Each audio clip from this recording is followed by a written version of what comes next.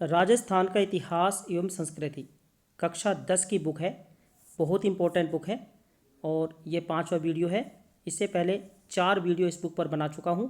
5वां भाग है। यह वीडियो विभिन्न प्रतियोगी परीक्षाओं के लिए महत्वपूर्ण है, जैसे कि रीट एग्जाम, स्कूल लेक्चरर, पटवार एग्जाम, राजस्थान पुलिस भर्ती, बीएसटीसी, बीएड और अन्य जो भी राजस्थान से रिलेटेड एग्जाम्स हैं उनके लिए ये वीडियो बहुत ही महत्वपूर्ण है। तो राजस्थान के इतिहास एक परिचय ये पहला पार्ट है और उसका 5वां वीडियो ये है। और रेगुलर आपको वीडियो मिलते रहेंगे। मैं निरंजन कुमार अध्यापक और आप देख रहे हैं रियल जीके ज्ञान चैनल। शुरू करते हैं राजस्थान के इतिहास एक परिचय पार्ट 5। पिछले वीडियो में पार्ट 4 में हमने पढ़ा था कि मोकल महाराणा लाखा और हंसाबाई का पुत्र था। तो यहाँ महाराणा कुंभा से शुरू करेंगे 1433 ईस्वी से 1468 ईस्वी। मोकल यह महाराणा लाखा और हंसाबाई का पुत्र था और महाराणा कुंभा यह मोकल का पुत्र था और ये 1433 ईस्वी में मेवाड़ का शासक बना। महाराणा कुंभा के पिता का नाम मोकल था और 1433 ईस्वी में महाराणा कुंभा मेवाड़ का शासक बना। शासक बनने के बाद महाराणा कुंभा ने कुंभलगढ़ और चित्तौड़ को शक्ति का केंद्र बनाया, अर्थात राठौड़ों का मेवाड़ पर प्रभाव समाप्त करके उसने मेवाड़ी सामंतों का विश्वास अर्जित किया और उसने चित्तौड़ और कुंभलगढ़ को अपनी शक्ति का केंद्र बनाया। सारंगपुर युद्ध 1437 ईस्वी में हुआ और महाराणा कुंभा ने महमूद खिलजी को इस युद्ध में पराजित किया था। एक इंपॉर्टेंट प्रश्न बन सकता है। तो सारंगपुर युद्ध की हम बात करें तो ये 1437 ईस्वी में हुआ था।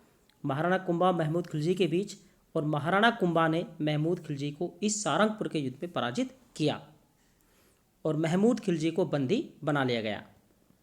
और इस विजय के उपलक्ष्य में कुंभा ने कीर्ति स्तंभ का निर्माण करवाया। बहुत इंपॉर्टेंट यहाँ प्रश्न बन रहा है। सारंगपुर युद्ध के विजय के उपलक्ष्य में महाराणा कुंभा ने कीर्ति स्तंभ का निर्माण करवाया था। अब क्या हुआ, यहाँ हम छोटी सी बात के लिए चर्चा करेंगे। 1456 ईस्वी में मालवा का महमूद खिलजी और गुजरात के कुतुबुद्दीन के बीच एक चंपानेर की संधि हुई थी। जैसा आप स्क्रीन पर देख रहे हैं, चंपानेर की संधि की यहाँ मैं चर्चा करूँ तो चंपानेर की संधि 1456 ईस्वी में हुई थी मालवा के महमूद खिलजी और गुजरात के कुतुबुद्दीन के बीच। इसके बाद क्या हुआ, 1457 और 58 में गुजरात और मालवा के शासकों ने मेवाड़ पर एक साथ आक्रमण किया। 1457 और 58 में गुजरात का कुतुबुद्दीन और मालवा के महमूद खिलजी ने एक साथ मेवाड़ पर आक्रमण किया, मगर कुंभा की कूटनीति से दोनों शासकों में मतभेद पैदा हो गया और वे विशेष सफलता प्राप्त नहीं कर सके। अब क्या हुआ, कुंभा ने उन दोनों शासकों को बीच में मतभेद पैदा करवा दिया और उनको विशेष सफलता प्राप्त नहीं हुई। इसके बाद हम चर्चा करेंगे, कुंभा ने चंडी शतक की व्याख्या, गीत गोविंद और संगीत रत्नाकर पर टीका भी लिखी थी। यहाँ भी प्रश्न बन रहे हैं। कुंभा ने चंडी शतक की व्याख्या की, गीत गोविंद और संगीत रत्नाकर पर टीका भी लिखी थी। कुंभा ने चित्तौड़ में कुंभ स्वामी, श्रृंगार चंवरी का मंदिर, एक लिंग जी का विष्णु मंदिर और रणकपुर के मंदिर बनवाए। ये भी ध्यान रखें, कुंभा ने चित्तौड़ में कुंभ स्वामी, श्रृंगार चंवरी का मंदिर, एक लिंग जी का विष्णु मंदिर और रणकपुर के मंदिर भी बनवाए थे। देखिए, यहाँ हम चर्चा करेंगे संगीत राज, संगीत मीमांसा और सूड प्रबंध उसके द्वारा रचित ग्रंथ थे। कुंभा ने प्रमुख ग्रंथों की रचना की, उनके नाम क्या हैं, संगीत राज, संगीत मीमांसा और सूड प्रबंध। ये कुंभा के द्वारा रचित ग्रंथ थे। तत्कालीन ग्रंथों, साहित्य ग्रंथों और प्रशस्तियों में महाराणा कुंभा को कहा गया महाराजाधिराज, राव राय, दानगुरु, परम गुरु, हाल गुरु, अभिनव भट्टाचार्य और हिंदू सुल्तान आदि बिरुदों से विभूषित किया गया है। ऐसा पता लगता है तत्कालीन ग्रंथों, साहित्य ग्रंथों से कि महाराणा कुंभा को महाराजाधिराज, राव राय, दानगुरु, परम गुरु, हाल गुरु, अभिनव भट्टाचार्य और हिंदू सुल्तान आदि बिरुदों से विभूषित किया गया है। अब यहाँ इंपॉर्टेंट जानकारी प्राप्त करेंगे। देखो, महाराणा कुंभा ने ये बताया है कि 32 दुर्गों का निर्माण करवाया। 32 दुर्ग, इनमें महत्वपूर्ण सिरोही, अचलगढ़, कुंभलगढ़ के दुर्ग हैं जो कि प्रसिद्ध है। और कुंभलगढ़ दुर्ग की हम बात करें तो बहुत ही प्रसिद्ध दुर्ग है, और यह इसका जो शिल्पी था वो मंडन था। यहाँ भी प्रश्न बन सकता है। कविराज शामल दास ने कुंभा को मेवाड़ में 84 में से 32 दुर्गों का निर्माता बताया है। कविराज शामल दास ने बताया है कि कुंभा ने मेवाड़ में 84 में से 32 दुर्गों का निर्माण करवाया था। देखिए, कुंभा वेद, स्मृति, मीमांसा, उपनिषद, व्याख्या और राजनीति में रुचि रखता था। ये हमें पता लगता है एक लिंग महात्म्य, जो कि कहन व्यास द्वारा रचित है। कहन व्यास द्वारा रचित एक लिंग महात्म्य से यह पता लगता है कि कुंभा वेद, स्मृति, मीमांसा और उपनिषद, व्याकरण, राजनीति के में रुचि रखता था। और कुंभा के काल में ही कवि अत्रि और महेश ने कीर्ति स्तंभ प्रशस्ति की रचना की थी। ये भी इंपॉर्टेंट प्रश्न बन रहा है। कुंभा के काल में कवि अत्रि और महेश ने कीर्ति स्तंभ प्रशस्ति की रचना की थी। अपने अंतिम समय में कुंभा को उन्माद रोग हो गया और उसके पुत्र उदा ने 1468 ईस्वी में उसकी हत्या कर दी थी। महाराणा कुंभा की हत्या उसके पुत्र ने की थी, उदा ने 1468 ईस्वी में, क्योंकि उसे उन्माद रोग हो गया था। तो ये हमने जानकारी प्राप्त की महाराणा कुंभा के बारे में। अब हम जानकारी प्राप्त करेंगे राणा सांगा के बारे में। राणा सांगा, अन्य नाम संग्राम सिंह। राणा सांगा और उसके तीनों भाई पृथ्वीराज, जयमल और राज सिंह, यानी 4 हो गए। राणा सांगा और उसके 3 भाई पृथ्वीराज, जयमल और राज सिंह, इन चारों के बीच में उत्तराधिकारी संघर्ष होता रहता था। उत्तराधिकार के लिए इनमें संघर्ष होता रहता था और इस संघर्ष में राणा सांगा विजयी रहा। इतिहास में हिंदूपत के नाम से प्रसिद्ध महाराणा सांगा 1509 ईस्वी में मेवाड़ का शासक बना। प्रश्न बन रहा है, इतिहास में हिंदूपत के नाम से कौन सा सम्राट प्रसिद्ध है? तो हिंदूपत के नाम से राणा सांगा प्रसिद्ध है इतिहास में, और 1509 ईस्वी में राणा सांगा मेवाड़ का शासक बना था। मालवा और मेवाड़ में युद्ध हुआ, इसके बारे में चर्चा करेंगे। देखिए, इसके पहले हम जानकारी प्राप्त कर लेते हैं कि मालवा का जो सुल्तान था नासिरुद्दीन की मृत्यु हो गई थी 1511 ईस्वी में। तब वहाँ पर उत्तराधिकार का संघर्ष हुआ और महमूद खिलजी द्वितीय, इसकी सहायता की थी राजपूत सरदार मेदिनी राय ने, और राजपूत सरदार मेदिनी राय के सहयोग से महमूद खिलजी द्वितीय ये सफल हुआ और वह मालवा का शासक बन गया। अब क्या हुआ, मेदिनी राय मालवा का अप्रत्यक्ष शासक बन गया। तो मालवा के अमीरों ने इसे पसंद नहीं किया और गुजरात की सहायता से मेदिनी राय को इस स्थिति से हटा दिया। मेदिनी राय ने क्या किया, मेदिनी राय अब राणा सांगा की शरण में चला गया। मेदिनी राय जब राणा सांगा की शरण में चला गया, उसके बाद मालवा और मेवाड़ में युद्ध होना निश्चित था। मालवा और मेवाड़ में युद्ध हुआ और इस युद्ध का क्या परिणाम हुआ? देखिए, मालवा सुल्तान महमूद खिलजी द्वितीय पराजित हुआ और राणा सांगा ने उसे बंदी बना लिया। मालवा और मेवाड़ में जो युद्ध हुआ, उसके बाद महमूद खिलजी द्वितीय पराजित हुआ और राणा सांगा ने उसे बंदी बना लिया। हम यहाँ चर्चा करेंगे खातौली का युद्ध। खातौली का युद्ध 1517 ईस्वी में हुआ था। यहाँ पर जानकारी प्राप्त करेंगे। महाराणा सांगा ने खातौली, वर्तमान में कोटा में है, ये कोटा जिले में है। तो महाराणा सांगा ने खातौली के युद्ध में दिल्ली के सुल्तान इब्राहिम लोदी को पराजित किया था। बहुत इंपॉर्टेंट प्रश्न बन सकता है। तो खातौली का जो युद्ध हुआ था 1517 ईस्वी में हुआ था। खातौली वर्तमान में कोटा जिले में है और इस युद्ध में, खातौली के युद्ध में महाराणा सांगा ने इब्राहिम लोदी को पराजित किया था। इब्राहिम लोदी उस समय दिल्ली का सुल्तान था। तो इस युद्ध का क्या परिणाम हुआ? महाराणा जो सांगा है उसकी प्रतिष्ठा बढ़ गई और राणा सांगा उत्तरी भारत का एक शक्तिशाली शासक बन गया। 1526 ईस्वी में पानीपत का युद्ध हुआ। 1526 ईस्वी में पानीपत का युद्ध हुआ और इस युद्ध में क्या हुआ, बाबर ने इब्राहिम लोदी को पराजित किया और आगरा पर अधिकार कर लिया। तो यहाँ भी प्रश्न बन सकता है, पानीपत का जो प्रथम युद्ध है 1526 ईस्वी में हुआ था बाबर और इब्राहिम लोदी के बीच में, और बाबर ने इब्राहिम लोदी को इस युद्ध में हरा दिया था और उसने आगरा पर कब्जा कर लिया था। अब जैसे ही पानीपत का युद्ध हुआ उसके बाद देखिए, बाबर और राणा सांगा दोनों ही शासक बहुत महत्वाकांक्षी थे, तो इन दोनों के बीच में युद्ध होना तय था। अब बयाना का युद्ध हुआ फरवरी 1527 ईस्वी में। फरवरी 1527 ईस्वी में बयाना का युद्ध ये राणा सांगा और बाबर के बीच में हुआ। राणा सांगा और बाबर के बीच में जो युद्ध हुआ था, बयाना का युद्ध हुआ था फरवरी 1527 ईस्वी में। इस युद्ध में क्या हुआ, राणा सांगा ने बाबर की सेना को पराजित कर दिया। ठीक है, बयाना का जो युद्ध हुआ था इसमें महाराणा सांगा ने बाबर की सेना को पराजित कर दिया था। अब देखो, इसके बाद हुआ था खानवा का युद्ध, ये भी इंपॉर्टेंट है। खानवा का युद्ध 17 मार्च 1527 ईस्वी को हुआ था राणा सांगा और बाबर के बीच में। खानवा का युद्ध, इसकी तारीख आप याद रखें, 17 मार्च 1527 ईस्वी को खानवा के मैदान में हुआ था, इसलिए खानवा का युद्ध कहते हैं। बाबर और राणा सांगा के बीच हुआ था।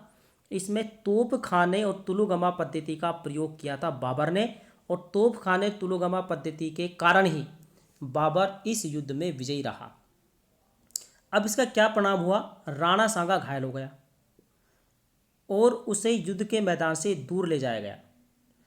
लेकिन जब राणा सांगा ने अपनी पराजय का बदला लिए बिना चित्तौड़ लौटने से इनकार कर दिया, तब उसके सामंतों ने क्या किया, उसके सामंत जो कि लड़ाई नहीं लड़ना चाहते थे, युद्ध नहीं करना चाहते थे, उन्होंने राणा सांगा को विष दे दिया, जिसके फलस्वरूप राणा सांगा की मृत्यु हो गई 30 जनवरी 1528 ईस्वी को। बसवा दौसा में 30 जनवरी 1528 ईस्वी को राणा सांगा की मृत्यु हो गई, और मांडलगढ़ में सांगा का समाधि स्थल है। तो ये भी आपको याद रखना है, महाराणा सांगा का जो समाधि स्थल है वो कहाँ है, मांडलगढ़ में है। उनकी मृत्यु हुई थी 30 जनवरी 1528 ईस्वी को बसवा दौसा में। अब राणा सांगा की मृत्यु के पश्चात राणा रतन सिंह 1528 से 1531 ईस्वी, और उसके पश्चात राणा विक्रमादित्य जो है मेवाड़ का शासक बना था। राणा उदय सिंह 1537 से 1572 ईस्वी। राजस्थान के इतिहास में अपने महान बलिदान के कारण ख्याति प्राप्त पन्नाधाय ने अपने पुत्र चंदन का बलिदान करके उदय सिंह को बनबीर से बचाया था। इंपॉर्टेंट है, पन्नाधाय ने अपने पुत्र चंदन का बलिदान दिया था और उदय सिंह को बचाया था बनबीर से। ठीक है, अब उदय सिंह को बचाकर कुंभलगढ़ के किले में रखा गया था। यही मालदेव के सहयोग से 1537 ईस्वी में उदय सिंह का राज्याभिषेक हुआ। यहाँ प्रश्न बन रहा है, उदय सिंह का जो राज्याभिषेक हुआ था वो 1537 ईस्वी में हुआ था, और किसके सहयोग से हुआ था, मालदेव के सहयोग से। ये आपको याद रखना है, मालदेव के सहयोग से 1537 ईस्वी में उदय सिंह का राज्याभिषेक हुआ था। कहाँ पर, कुंभलगढ़ के किले में। ठीक है, 1540 ईस्वी में मावली उदयपुर के युद्ध में मालदेव के सहयोग से बनबीर की हत्या कर मेवाड़ की पैतृक सत्ता उदय सिंह ने प्राप्त की थी। यहाँ भी प्रश्न बन रहा है, उदय सिंह ने अपनी पैतृक संपदा वापस प्राप्त कर ली थी, और इसमें उनका सहयोग दिया था मालदेव ने, और ये 1540 ईस्वी में हुआ था मावली का युद्ध उदयपुर में। ठीक है, उदय सिंह ने 1559 ईस्वी में उदयपुर नगर बसाया और उसे अपनी राजधानी बनाया। ये भी इंपॉर्टेंट प्रश्न बन रहा है। तो जो उदयपुर नगर बसाया था, उदय सिंह ने बसाया था 1559 ईस्वी में, और इसे अपनी राजधानी बनाया था। और यहाँ पर उन्होंने, उदय सिंह ने उदय सागर झील तथा मोती मगरी के सुंदर महलों का निर्माण भी करवाया। ये भी इंपॉर्टेंट प्रश्न है। उदय सिंह ने उदय सागर झील और मोती मगरी के सुंदर महलों का निर्माण भी करवाया। अक्टूबर 1567 ईस्वी में अकबर ने जब चित्तौड़ पर आक्रमण किया, अपने सरदारों की सलाह पर उदय सिंह किले की रक्षा का भार जैमल और फत्ता नामक अपने 2 सेनानायकों को सौंपकर पहाड़ियों में चले गए। अकबर ने अक्टूबर 1567 ईस्वी में चित्तौड़ पर आक्रमण कर दिया था। ऐसी स्थिति में उदय सिंह ने क्या किया, सरदारों की सलाह ली और अपने जो किले का भार है वो जैमल और फत्ता 2 सेनानायकों को सौंप दिया, और वो पहाड़ियों में चले गए। किले की रक्षा के दौरान जैमल और फत्ता ये दोनों वीरगतियों को प्राप्त हुए। अकबर ने जैमल फत्ता की वीरता से मुग्ध होकर आगरा के किले के बाहर उनकी हाथी पर सवार पत्थर की मूर्तियां लगवाई। ये भी इंपॉर्टेंट प्रश्न बनता है तो जैमल और फत्ता की वीरता से अकबर मुग्ध हुआ और अकबर ने आगरा के किले के बाहर हाथी पर सवार पत्थर की मूर्तियां लगवाई थी। किसकी? जैमल और फत्ता की। तो ये इंपॉर्टेंट है, आप याद रखिए। नेक्स्ट है महाराणा प्रताप 1572 से 1597 ईस्वी। महाराणा प्रताप, इनका जन्म 9 मई 1540 ईस्वी को हुआ था कुंभलगढ़ में। यहाँ भी डेट याद रखें। महाराणा प्रताप का जन्म 9 मई 1540 को कहाँ हुआ था? कुंभलगढ़ में हुआ था। और 1572 ईस्वी में महाराणा प्रताप मेवाड़ का शासक बना था। दोनों डेट आप याद रखें, ठीक है। महाराणा उदय सिंह ने जगमाल को अपना उत्तराधिकारी बनाया था, मगर सरदारों ने उसे स्वीकार नहीं किया था और प्रताप को गद्दी पर बैठा दिया था। ये भी याद रखिए। देखिए, महाराणा प्रताप ने अपना निवास स्थान स्थानांतरित कर दिया था गोगुंदा से कुंभलगढ़। यहाँ भी प्रश्न बन सकता है। महाराणा प्रताप ने अपना जो निवास स्थान है वो गोगुंदा से कुंभलगढ़ स्थानांतरित किया था। अकबर ने 1572 ईस्वी से 1576 तक 4 शिष्टमंडल भेजे थे महाराणा प्रताप को समझाने के लिए। तो ये कौन कौन थे? क्रम से याद रखें। जलाल खां, मानसिंह, भगवान दास और टोडरमल।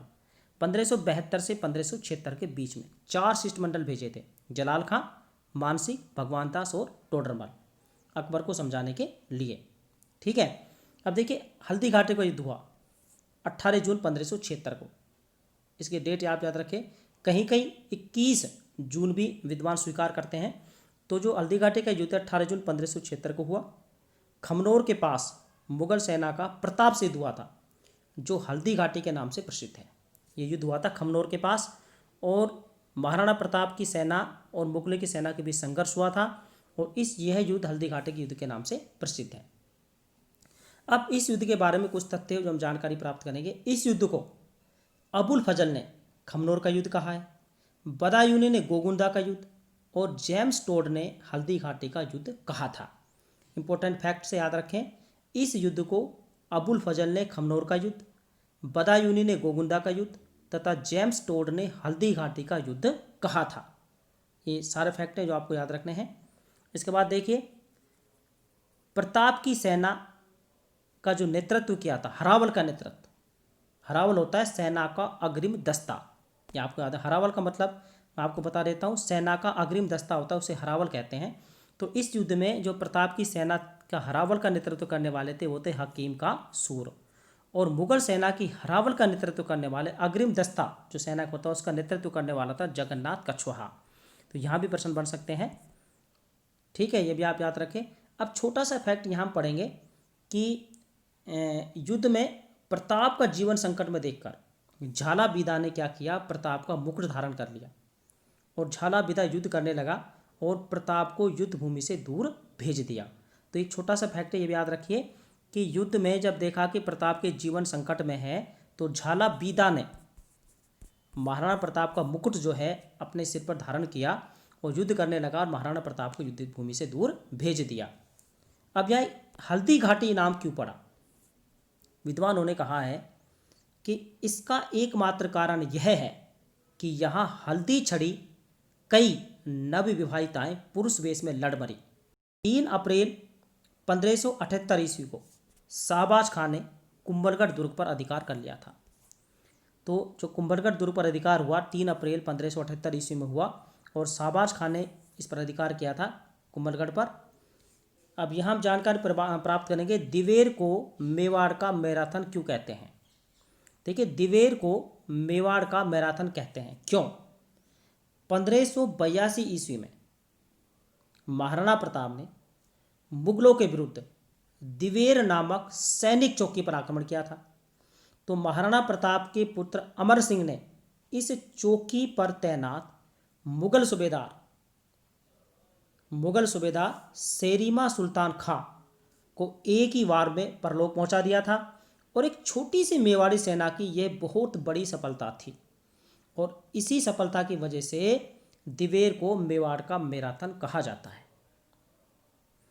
1585 से 1597 ईस्वी के बीच प्रताप ने चित्तौड़ और मांडलगढ़ को छोड़कर शेष राज्य पर पुनः अधिकार कर लिया था। यह इंपॉर्टेंट प्रश्न बनता है।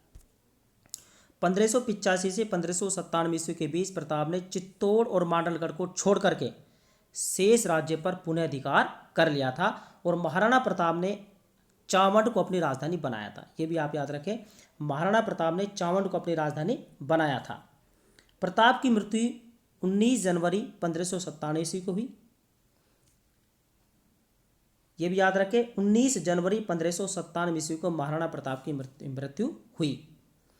चावंडी के पास बारडोली में उनका अंतिम संस्कार किया गया। चावंड के पास बारडोली में महाराणा प्रताप का अंतिम संस्कार किया गया, ये याद रखें। अच्छा, इसके बाद इसके बारे में कर्नल टोड भी कुछ लिखते हैं। उन्होंने क्या लिखा है, देखिए कर्नल टोड लिखते हैं कि आल्प्स पर्वत के समान अरावली में कोई भी ऐसी घाटी नहीं जो प्रताप के किसी न किसी वीर कार्य, उज्ज्वल विजय या उससे अधिक कीर्ति युक्त पराजय से पवित्र न हुई हो। हल्दी घाटी मेवाड़ की थर्मोपल्ली और दिवेर मेवाड़ का मैराथन है। तो यहाँ से भी 2 प्रश्न निकल रहे हैं। तो कर्नल टोड लिखते हैं, उन्होंने हल्दी घाटी को कहा है मेवाड़ की थर्मोपल्ली, पहला प्रश्न। दूसरा, दिवेर को कहा है मेवाड़ का मैराथन। ये कर्नल टोड है कहने वाले, ठीक है। महाराणा प्रताप के बाद हम नेक्स्ट अध्ययन करेंगे राणा अमर सिंह, 1597 से 1620 ईस्वी। अमर सिंह 1597 ईस्वी में मेवाड़ का शासक बना। पहला प्रश्न, शासक बनने के बाद उसे मुगल आक्रमणों का सामना करना पड़ा। 1613 ईस्वी में जहांगीर स्वयं अजमेर पहुंचा और शाहजादा खुर्रम अर्थात शाहजहां को मेवाड़ अभियान का नेतृत्व सौंपा। उसने मेवाड़ में लूटमार और आगजनी द्वारा संकट की स्थिति उत्पन्न कर दी। मेवाड़ के सामंत युद्धों से ऊब गए थे एवं उनकी जागीरें भी वीरान हो गई थी। अतः उन्होंने कुंवर करण सिंह को अपने पक्ष में कर राणा पर मुगलों से संधि करने का दबाव डाला। सरदारों के दबाव के कारण अमर सिंह को झुकना पड़ा और मुगलों से संधि की स्वीकृति देनी पड़ी। जनवरी 1615 ईस्वी में मेवाड़ मुगल संधि हुई। ये इंपॉर्टेंट फैक्ट है, मेवाड़ मुगल संधि हुई थी जनवरी 1615 ईस्वी में। ध्यान रखें, मेवाड़ के राणा अमर सिंह और मुगल शाहजादा खुर्रम के बीच में। अब आगे देखिए, चित्तौड़ पुनः मेवाड़ को लौटा दिया गया इस संधि के तहत, मगर उसकी मरम्मत नहीं की जा सकती थी, ये शर्त रखी गई। और इस प्रकार विगत 90 वर्षों से चले आ रहे मेवाड़ मुगल संघर्ष का अंत हो गया। बहुत इंपॉर्टेंट फैक्ट यहाँ पर है, ध्यान रखिए। जो 90 वर्षों से मेवाड़ मुगल संघर्ष चला आ रहा था उसका अंत कैसे हुआ? जनवरी 1615 में जो मेवाड़ मुगल संधि हुई उससे अंत हुआ। राणा अमर सिंह अपने इस कार्य से स्वयं खुश नहीं था और उसने स्वयं को राज कार्य से विरक्त कर लिया। जहांगीर के जीवन की यह एक बड़ी सफलता मानी जाती है। कौन सी? जनवरी 1615 में की गई मेवाड़ मुगल संधि, ठीक है। ये जहांगीर के जीवन की सबसे बड़ी सफलता थी, क्योंकि 90 वर्षों से जो मेवाड़ मुगल संघर्ष चला आ रहा था उसका अंत हो गया था, इसलिए। इसके बाद हम पढ़ेंगे महाराणा राज सिंह, 1652 से 1680। राज सिंह ने शासक बनते चित्तौड़ की मरम्मत के कार्य को पूरा करने का निश्चय किया। जैसे ही राज सिंह शासक बना उसने सोचा कि चित्तौड़ की मरम्मत का कार्य पूरा किया जाए, लेकिन मुगल सम्राट ने इसे 1615 ईस्वी की मेवाड़ मुगल संधि की शर्तों के प्रतिकूल माना और चित्तौड़ दुर्ग को ढहाने के लिए 30,000 सेना के साथ सादुल खां को भेजा। 1615 में, जनवरी 1615 में जो मुगल संधि हुई थी, मेवाड़ मुगल संधि, इसके विरुद्ध माना और मुगलों ने क्या किया? 30,000 सेना के साथ सादुल्ला खां को भेजा कि चित्तौड़गढ़ के दुर्ग को ढहाना है। राज सिंह ने क्या किया? राज सिंह ने मुगलों से संघर्ष करना उचित न समझा और अपनी सेना को वहां से हटा दिया। मुगल सेना कंगूरे और बुर्ज गिराकर लौट गई। 1658 ईस्वी में मुगल शाहजादों में उत्तराधिकार का युद्ध छिड़ा, मगर महाराणा किसी भी पक्ष का समर्थन करना नहीं चाहता था। 1658 ईस्वी में मुगल शहजादों में उत्तराधिकार का संघर्ष जब हुआ तो महाराणा ने किसी का भी समर्थन नहीं किया, ठीक है। अतः महाराणा टालमटोल करता रहा। जब औरंगजेब दिल्ली का शासक बना तो प्रारंभ में तो उसके संबंध राज सिंह से अच्छे रहे। औरंगजेब ने उसे 6000 जात और सवार का मनसब भी प्रदान किया, किंतु किशनगढ़ की राजकुमारी चारुमती, जिसका विवाह औरंगजेब से होने वाला था, से विवाह करके राज सिंह ने 1669 ईस्वी में औरंगजेब को अप्रसन्न कर दिया। यानी कि जो किशनगढ़ की राजकुमारी थी चारुमती, इसका विवाह औरंगजेब से होने वाला था और चारुमती से विवाह कर लिया राज सिंह ने 1669 ईस्वी में और औरंगजेब को अब प्रसन्न कर दिया। इसके बाद क्या हुआ, 1679 ईस्वी में 1679 में औरंगजेब द्वारा जजिया कर लगाने का राज सिंह ने विरोध भी किया। मुगल मारवाड़ संघर्ष छिड़ने पर महाराणा राज सिंह ने राठौड़ों का साथ दिया। ध्यान रखिए 1680 ईस्वी में राज सिंह की मृत्यु हो गई। तो यहाँ हमने जानकारी प्राप्त की। इसके बाद नेक्स्ट वीडियो में आपको जल्दी मिल जाएगा। धन्यवाद।